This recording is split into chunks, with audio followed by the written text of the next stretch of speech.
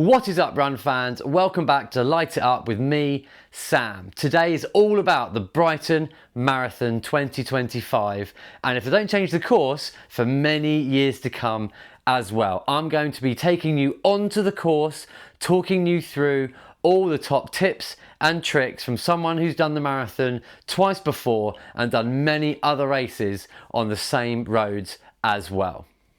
I'm going to be breaking the course up into 4 different segments to help you mentally and physically get through it as best as you possibly can and smash all your different goals. So before we get out onto the course itself and I start talking you through all the individual points, let's have a look at the overview of the course. Now, the 4 sections we're going to be looking at is the settle section, the focus section, the deliver section, and then finally the fight section. The settle section, as we start in Preston Park and take a sharp left onto the first hill at Preston Drive, is 0 to 7 miles in length, or 0 to 11 kilometers. Now, this is all about settling into your pace as you do a nice easy up and back. There's lots of crowd support, there's lots of people, there's all the runners who are going to be starting after you as well. There's lots of people all around. There's a slight downhill all the way down towards town. You're going to want to go easy, and any time that you make up here, you're going to lose tenfold when you come to actually finishing this marathon off. So stick to your pace. This is all about calming your nerves and excitement, and it's your chance to really soak it in and store it. Every time I do this, I always well up and cry at this section because it is just so amazing. The second section is the focus section, and that is 7 to 15 miles or 11 to 24 kilometers. You're going to be going along the coastal road heading east. You want to look out for the wind. Now, it's very rolling along here, so you don't want to drop your pace, but likewise you don't want to push yourself into the red line. This is where you want to be drinking and eating and really making the most of this time to get ready for the harder second half of this run. Now, there's some cheeky little rolling hills that I'm going to talk you through when we're out on the course, but it's all about really getting focused in, zoned in to the race and getting ready to go. It's quite lonely up at this section, and we're going to talk about that when we're out there as well, but you can certainly zone in and really make the most of this as we prepare for the third section, which is the deliver section, 15 to 20 miles or 24 to the 32nd kilometer. This is all about delivering yourself to the final stage, ready to fight. The out and back is really long along Madeira Drive, and I'm going to show you my top tips to get through that as best as possible. It's all flat from this point, so you can really lock into your pace, and this is where you might want to start pushing on slightly if you're feeling strong. It's gonna start hurting towards this section as you go past the finish line, but you still got plenty of distance to go as well, so you've got to really use the crowds as they grow and grow to go faster. The final section is the fighting section. Now, this is from 20 miles to the end, or 32k to 42, and this is where you've got to ask yourself, how bad do you want it? It's going to ask you with every single step. I got so close last year. I got to within about 5k and the heat got to me and I blew up slightly. You've got to embrace the pain. You've got to enjoy it. You've come this far and you've got to finish it off. As you go past FATBOY SLIM's house, you're going to nail it along the coastal path. You want to soak it all in and really enjoy that final finishing stretch. So that's the overview. Let's get out onto the course and talk through all the hills, the climbs, the descents, everything in between, because it is an absolutely incredible course, and I want you to watch this video and be absolutely buzzing by the end of it that you're going to have such a good day out. I'm doing Manchester Marathon, hopefully, if I can get through my injury, and I'm jealous of everyone running Brighton because it is absolutely an unbelievable crowd, fantastic course. The weather's going to be great. I've booked it in for you and you're going to do absolutely brilliant. So let me know in the comments if you're running it, and if this video is any help at all, or any tips or tricks that you've got, or even some questions that you might have, and let's get out there. Yeah.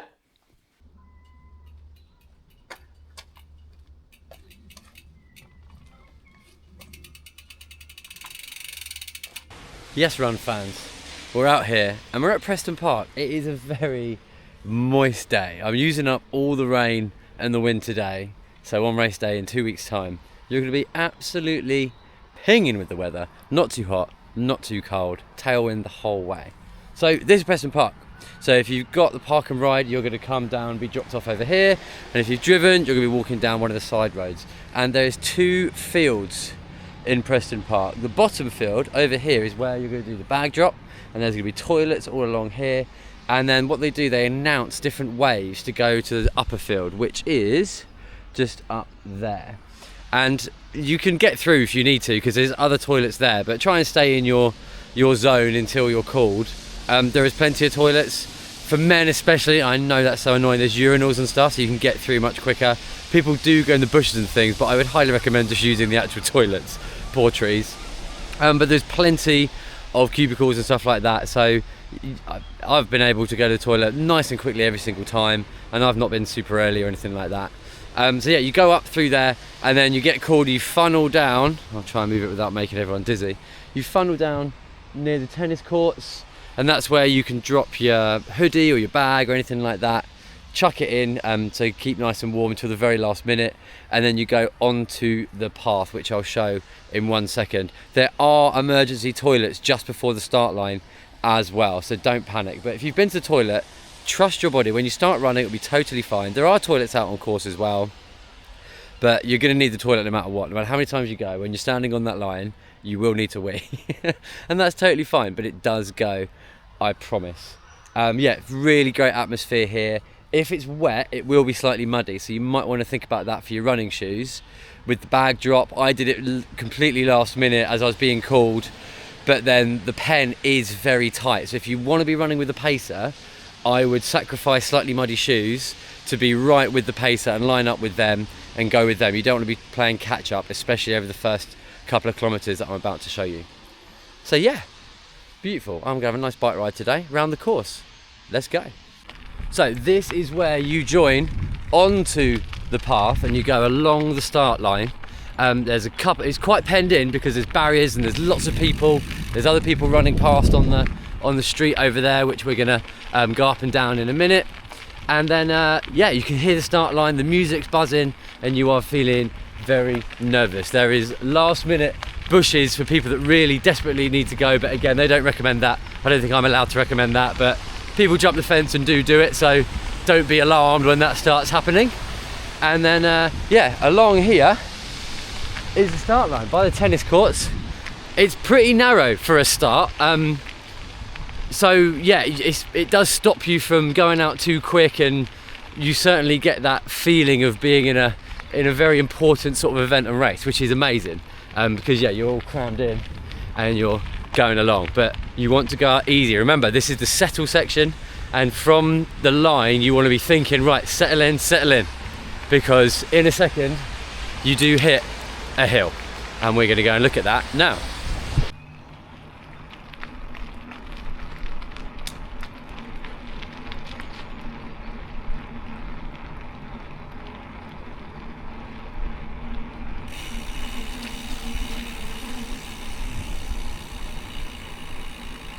Right, we are at the bottom of Preston Park Avenue, and as you just saw in the last clip, it's a pretty tight corner considering there are thousands of people going around it. So just be aware of that, look out for the bollards, make sure you point them out to fellow runners, and then you start on this climb.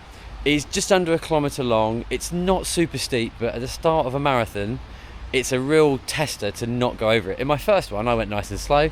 In my second one last year, my heart rate went to 190 BPM, so basically I'm my max heart rate. I wasn't necessarily trying too hard, but the excitement combined with the hill stuck me in that red line, and I think that cost me massively in the later stages of the race. So you can't win the race here or do anything amazing here, but you can certainly cost yourself a lot of time if you do the wrong thing. So take it easy. There's gonna be a lot of people flying up it, flying past you. Don't chase them. There's a giant fuel tanker goes past. Don't chase them. Keep it nice and easy. You will get them back at the end. The climb does start very gently, but in the middle it does kick up. It is definitely a hill that you know about when you're running up it, especially when you know you've got to run a marathon afterwards. So there's lined with people, and because it's right by where the starting area is, there's loads of fellow runners as well. So just soak it in, take up the atmosphere, and know that you're gonna have an amazing day. Just as you get in line with that clock tower, the hill does ease off. So feel free to keep an eye out for that. And that's when it gets slightly easier. But don't use that as a chance to make up time. Just stick to your plan. Have that idea that you're gonna, do a first kilometre that is slower than what you maybe expect.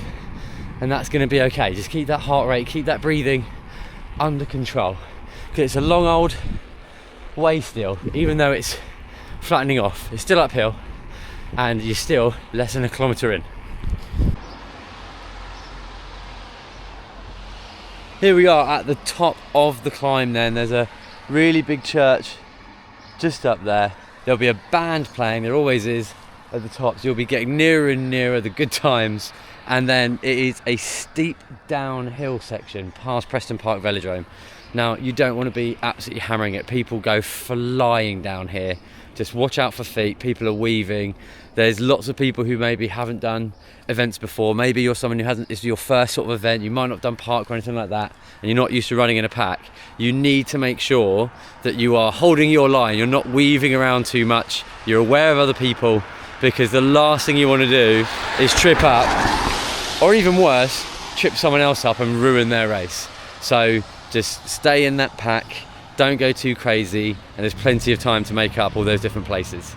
So yeah, enjoy the downhill, use it as a bit of recovery, get your heart rate back under control if you've gone slightly above on that climb on Preston Park Avenue.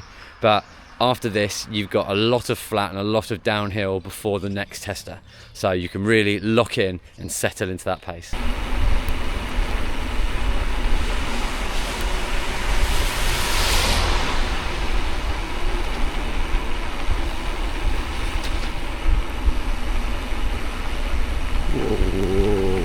Another thing to mention, as I was riding down that hill one-handed recording, is the road surface.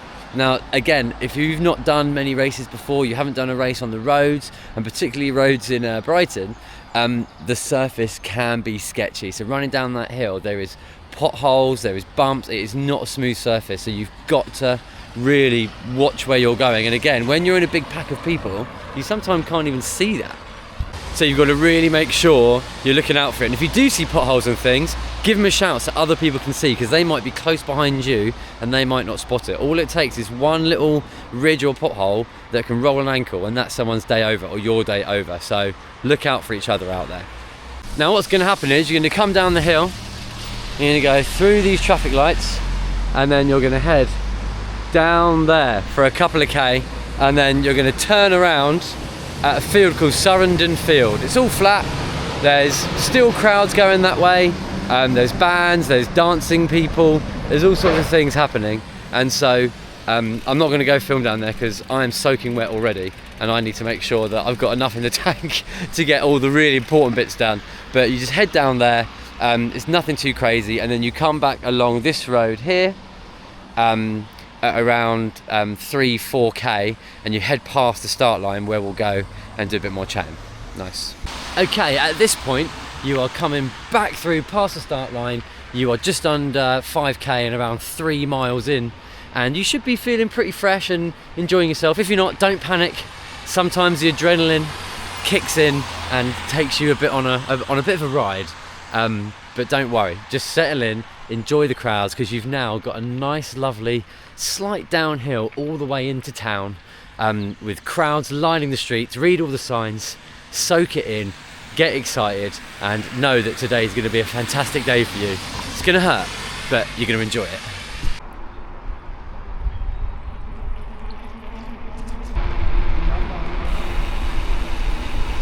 Now, as you come from Preston Park and descend into Brighton proper, you're going to hit this church. Well, hopefully you're going to hit it. You're going to run past it, and you're going to hit your first water stop.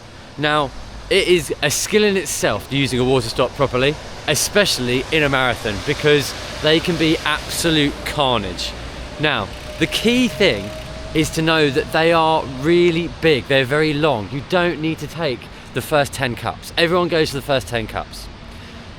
The pacer group I was in last year didn't slow down whatsoever. Hopefully your paces will slow slightly to allow for people to get their water and then to catch up again. Whereas my ones was a bit of an all-out, very noisy bin lorry. My one was a bit of an all-out war to get you water and to stay on the pacer, which is not ideal when you're trying to keep your heart rate nice and calm. So my recommendation would be, let the people panic and go and get theirs first. Look for a middle spot. Shout to the person that you want, come across, let them know you're grabbing it, and then commit and go for it. There will be a chance for you to get one, I guarantee. But just take your time, don't panic. Get water, especially if it's sunny, get water, because even if you have to stop and grab it, that time is going to be absolutely made up by being hydrated and not being in an absolute world of hurt of dehydration when you're a bit further on.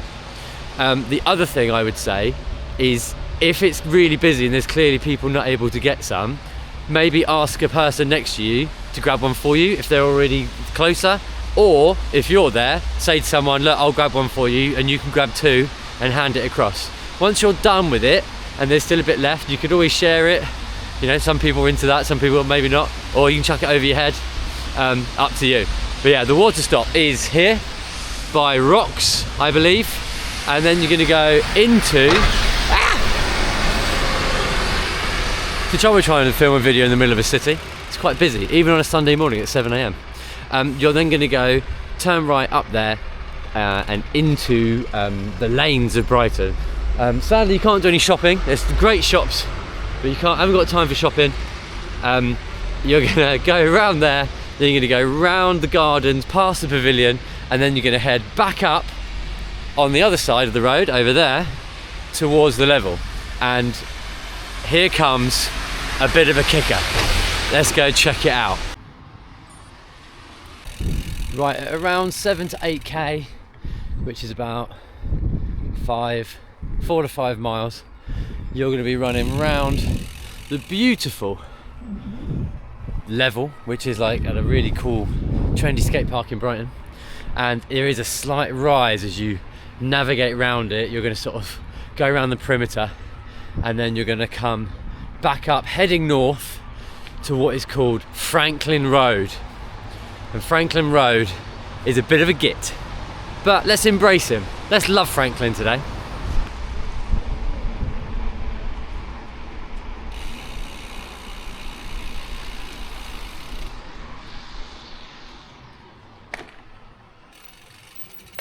Okay, Franklin Road, we're on it, and we're slowly cycling up it. It isn't all the way to the top, so when you get to the bottom, you think, oh my goodness, it is going to be an absolute cow, this one. But no, you're going to turn off about halfway up it. It comes in at just over, or just under 6 miles and just over 9 kilometers. So you're warmed up by now, and you don't want to hammer it and go completely to the red line, but likewise you don't want to take all day going up it. So you've got to find that balance, and that's why your hill training, hopefully you've been doing in your marathon training, is going to pay off at this point. If you haven't done any hill training, don't worry, just pump your arms and get it done, because we're already nearly at the top of it. It goes just to the right hand side, and we go along and then down the other side. So just as you go through these traffic calming curb things, you're going to hit Wellington Road on the right hand side, and that's it, done. It's 150 metres, if that, 120 metres, and then you're onto the flat, then onto a lovely downhill going along Wellington Road. And again, like the previous downhill, lots of people use this to try and make up all that lost time, and therefore they stick themselves sort of into the red there as well. So don't go crazy. Yes, pick up the pace a little bit, use the hill to your advantage, but just always be aware that you're still in this settling in phase. You're not very far in yet, so don't be spending any bullets that you're going to need later on.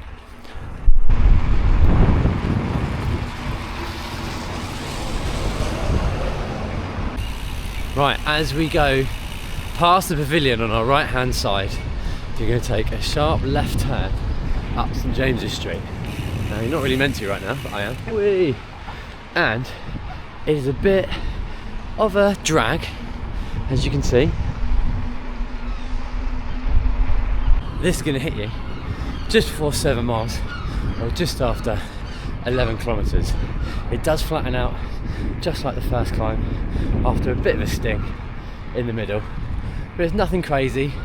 You just got to settle in, like I said for Franklin Road, pump those arms, keep a high cadence, and there's only a couple more little rises left after this, and the second half is all downhill and flat.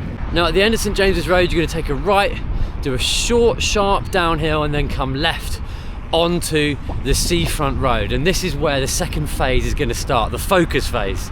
And as I said at the start, this is all about locking in, getting that pace under lockdown, and making sure that you are ready for when the going gets tough in the second half of this half marathon. Like I said earlier, it can't be won here, but it can certainly be lost here.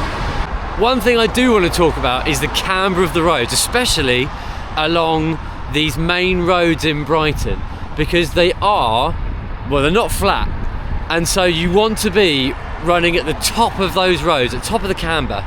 So sometimes that's in the middle of the road, sometimes if the road is completely cambered like this, you'll be running on the left-hand side going this way. So just be aware of what your feet are doing, because if you're in super shoes or spongy shoes with lots of foam, the camber does, over 26.2 miles, it does have an effect on your ITB. It's stretching your ankles, you know, pushing all those ligaments to the limit that maybe you're not used to because you've been running on paths in your training and stuff like that. So again, it's just another thing to be aware of whilst you're running. It keeps your mind off, you know, the incoming pain. If this is helping in any way, please do subscribe to the channel, and also please share it with anyone else that is doing Brighton Marathon, or any Facebook groups or Reddit forums you're in where people are running Brighton Marathon. Please share it, because if I can help even one person have a better time and do a better, you know, better run than what they were planning because of a little bit of information that I'm giving, then that's my job done. So yeah, please do share, massively appreciate it. Thank you very much. Right, we are at Brighton Marina, and there is, if anyone's done the half marathon, you will know this rise very well. Again, it's nothing crazy, there's nothing too nasty in this marathon, it's just rolling, and you'll definitely get the benefit on the way back down as well. But again, this is where the focus comes in, because the crowds are dying now, not literally, as in they're dying out, there's not many of them, because we're getting further and further away from the town centre, the city centre, and so this is where you've got to really dial in, and there's nowhere to hide, you haven't got things to distract you, it goes very quiet. Enjoy the sound of all the feet running in unison together. Focus on your cadence, don't just lock in someone else's cadence, because that does happen in races. Everyone starts running at the same cadence, but you've all got different length legs and different running styles, so you do you, don't copy what other people are doing.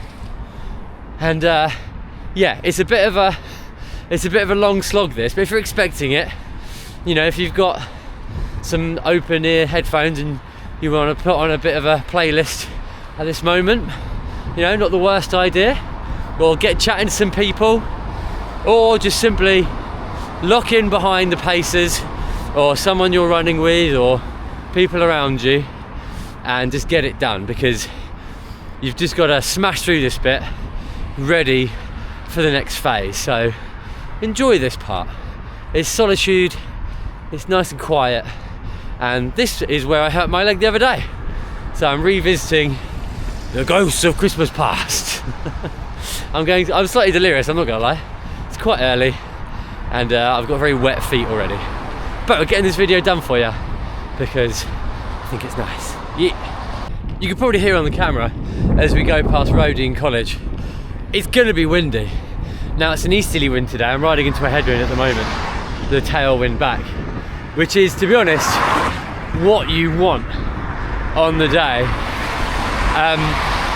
But tuck in, get behind people, don't run in the wind. Use other people to your advantage, and that's where the pacer groups are so good. You have this giant blob, this peloton of runners all going along, and pulling each other along. And that's what you want, so look out for that. Don't just suffer on your own, unless you're the leader. Then again, if the leader's watching this video, I've got serious concerns for them. Okay, you join me at the end of Marina Drive, where you're going to turn left up there along a road called Greenways, and there's an out and back. It's nice and flat, but again, it's quite lonely, but it's just an out and back. You turn around and then you think you're gonna come back along the road and that's it, done. But no, there's a nasty little rise just here as an out and back waiting for you. So that is at 11.27 miles, so just over 11 miles or 18k. Again, it's not crazy, but you're now probably starting to feel it a bit, and this is the furthest point away from the finish that you'll be. So after turning around up there, up that hill, you're going to be running downhill, slight rise again here along Marina Drive going west, and then you're going into town for the really, really good part. As you're running along Marina Drive, it feels like it's never going to end, but if you look for that building, you can see that from miles away. You can also see a windmill that is in the distance. So that building and the windmill are sort of, that's where you're going to turn. And yeah, keep that in mind, because you will get there. It feels long at the time, but you will make it. Just keep locked in. Don't go too crazy yet. Keep that heart rate under control.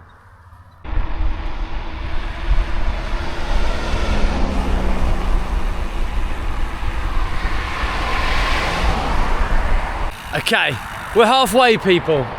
As you go past the marina, heading west, you're going to hit the halfway mark, which is going to be an unbelievable feeling, but might be slightly daunting as well, because you might have been feeling like you've run quite a long way already, because you have, and you've got all that to do again. But don't worry, because that is the hardest part of the course done. You've got only downhill and flat now, and it's time to really finish off this second section and push on to the third one. You've got a nice long downhill. After all those uphills, they're now doing the reverse for you. They're helping you out as we get onto Marina Drive, and you're gonna head west towards Madeira Drive, where there are massive amounts of crowds waiting for you. It's gonna be absolutely incredible.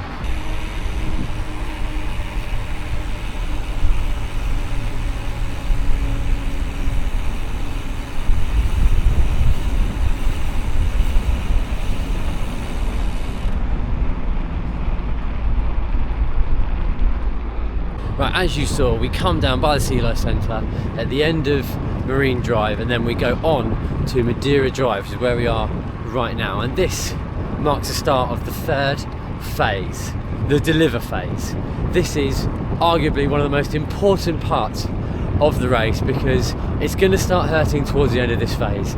And this Madeira Drive, it's a long out and back. It's flat, it's fast, if you're with your group, but people are going to start flagging here. I've seen people puking on the side of the road. I've seen all sorts along this stretch. So you've got to really, really watch yourself.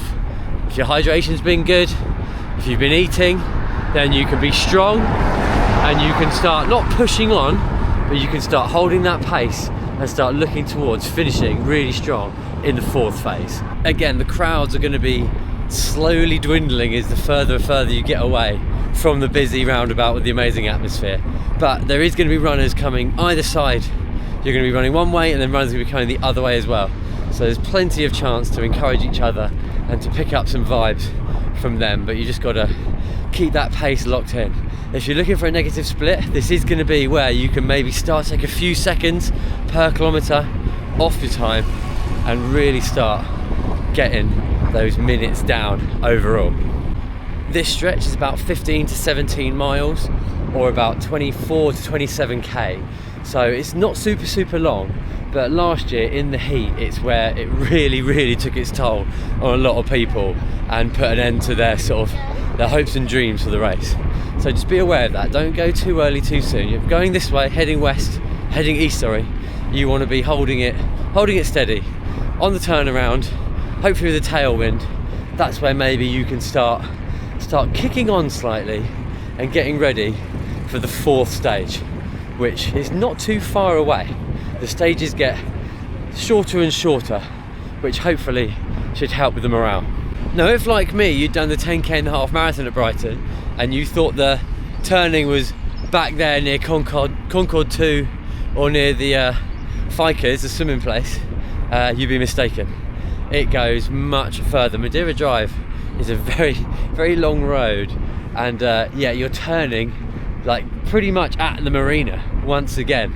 There's a Volks Railway like yellow building station, and that's roughly where you're going to be doing the 180. So yeah, don't be disheartened, because mentally that was a bit of a battle for me, thinking that was going to be a turning point and we had a lot further to go.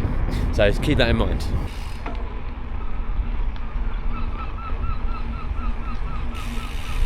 There we go then, that's the turning point, and then you're heading back west towards HOVE now, past Sea Life Centre again along Madeira Drive, and then you've got a little up and back through HOVE, and then you're going to the lagoon and back for glory. End of Madeira Drive then, going past the pier, and the crowds along this section are absolutely phenomenal.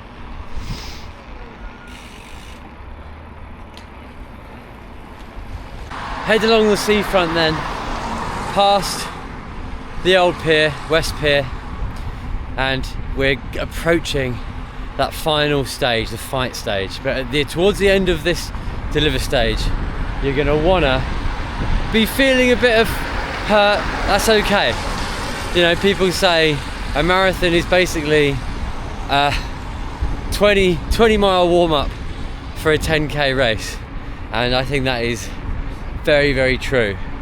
And so the fight stage is coming relatively soon, but you've still got a bit of tarmac left to crush, but there's going to be loads of crowds, really good atmosphere, and so settle into that slight discomfort and see what you can do.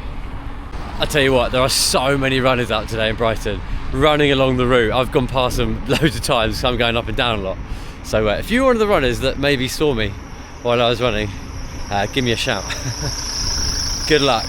This part is quite cruel, because just over there is where the finish is, and you've got to run past it. You can hear the celebrations, you'll see other runners who have finished, and you've still got a bit of a way to go. So you've got to try and mentally prepare to see that and be okay with it. Go past it and just visualize what it's going to be like when you come running the other way and you go through that finish line yourself. But first, you've got something to attend to, and that is the last 15 or so K.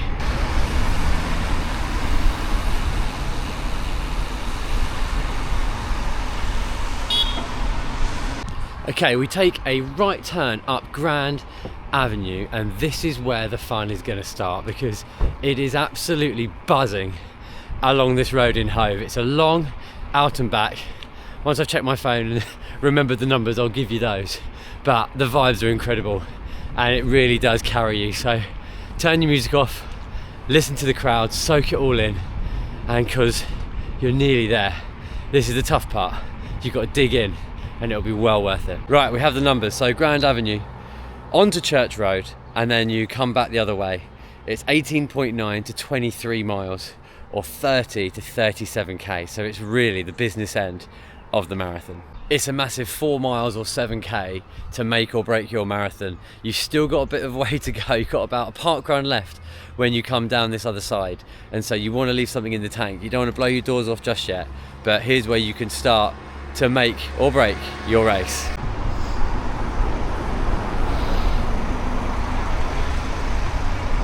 Okay, at 21 miles, or just about 33k, you're going to get to this corner at the end of the road, and it's not an out and back. You don't just turn around and go all the way back. You have to do a big square loop, then you go down and you do another big square loop. So just prepare for that you're not just going to turn around. There's some more work to be done, but it's slightly downhill down that way. And then there's one more tiny little challenge, which is called Wish Road, because we wish it didn't exist, but there's a slight rise there at about 34k. That's the final test. You get through that, and then it's back down to Grand Avenue and along towards HOVE Lagoon for the finish. Yes. One thing to note on this section of the route is there's St John's ambulance people handing out like little sachets of Vaseline. Don't mistake it for a gel, because I very nearly did that in my first Brighton Marathon, which could have been I don't know, slippery. Here we are then on the second of the loops on the way back through Hove, heading east, and this is where last year I absolutely blew up. I did 37k at the exact pace I wanted, and at this moment, as we turn up onto this road here, it's the slightest rise, 0.05%. But the 3:15 pacer I was with, he just stopped and left us to it. I think he was suffering from maybe dehydration or heat stroke or something, but he looked like he was going to puke, that's for sure. So we carried on. But to be honest, at that moment, my heart rate had gone into the red, the heat had gotten to me. I did my best to fuel and hydrate, but I just didn't quite have it. So I tapped it in for a 3:18, I think it was. On Strava it's 3:17, but the chip time's like 3:18. But anyway, I'm surprised there's not a blue plaque saying here is where SB's 3:15 dreams died. But it's still a great time, as in I had a great time. I'm not saying 3:15 is a great time necessarily, or worst time. Everyone's times are relative. Whatever time you do will be great for what you want. But yeah, there's Wish Road. I wish I hadn't blown up. And then you turn right and you head back down through Hove towards Grand Avenue for the big finale. After we come back down from Grand Avenue, we take a right and we head back along near the seafront towards Hove yet again, and we're heading to HOVE Lagoon. And like all the roads in this marathon, they do feel longer than if you've ever cycled them or driven them. If you've not ever been on them whatsoever, then maybe that's a nice treat and they feel shorter than you'd expect. But yeah, we're heading towards HOVE Lagoon. Keep a lookout for Norman Cook, FATBOY SLIM. He was there last year clapping on the runners, so extra shout out if you see him. And yeah, it's the final out and back, and like I said earlier, you've got a park run to go, 5k to go, that's all it is. So now in this stage, the fight stage, you're going to be fighting, whether that's fighting for a better time, if that's what you want, fighting to finish, or just fighting everyone around you because you want to get this over with, who knows. But it's not far to go. Once you hit the turn at HOVE Lagoon, you've only got 2 kilometers, and that last 2k in a marathon you can just sort of get by on vibes, hopefully. If you've got your nutrition right and you've been drinking and you're not suffering from heat stroke or anything like that, then hopefully you can enjoy it as much as possible. It's gonna hurt, it's meant to hurt. If it's not hurting, then there's something else has gone wrong, or you've taken a shortcut by accident. So embrace that pain, be ready for it, prepare for it, because it's nice. It shows that you're doing something hard. Something hard is worth doing. So yeah, oh, I'm jealous, I really want to be doing it. Hopefully I can make Manchester. Can someone make a Manchester video for me? I'll do a swapsy. All I know is Altrincham is a hill.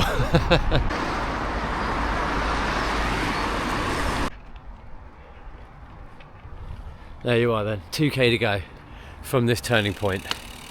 You got this. It gets a bit narrow, gets a bit busy, but you'll be fine. Enjoy the atmosphere. You're lucky because it used to go up there for an out and back, and it was like a scene from Saving Private Ryan where people just on either side of the road just stopped, cramping up, having a terrible time, thinking they were about to turn, and they weren't. They had quite a distance to go. So that Madeira Drive up and down is worth doing because it gets rid of the Shoreham Cement Works up and down. Shoreham Power Station, not Cement Works. Cement Works is miles away.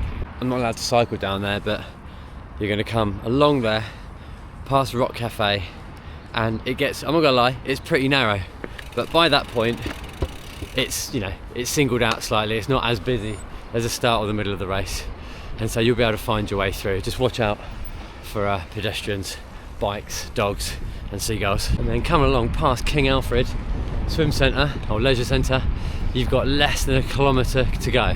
You can see both piers in the distance, the I360, all of Brighton, and the crowds are going to be building and building. This is where you can absolutely let it all out the tank. It's going to be very emotional as you're running along this point and get on to the promenade proper, where there's all the barriers, the music, the sounds, everything. It's going to be an overwhelming experience, especially if it's your first marathon. I envy you, because there is not a feeling like it. I mean, the feeling is pretty much the same anytime you finish a marathon, but your first one is very special. So if it is your first, a massive, massive well done to you for signing up, doing the training and getting to the start line.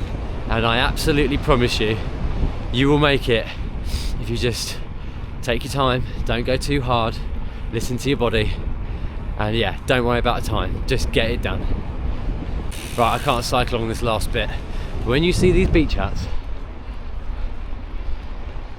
you know it's time to kick, because that is the absolute moment you're going to be seeing that finish line, hearing the crowds roaring, cheering, clapping.